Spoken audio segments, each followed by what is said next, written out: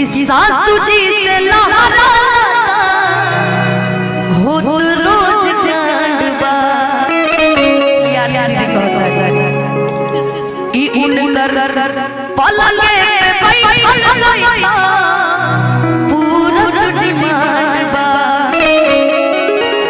कि के हुआ बात नहीं कि के हुआ बात नहीं कि के हुआ बात नहीं आदत से बाज जाऊं धोखेबाज जाऊं उड़न बाज जाऊं छाने छाने बदले तोहरा मिजाज जाऊं धोखेबाज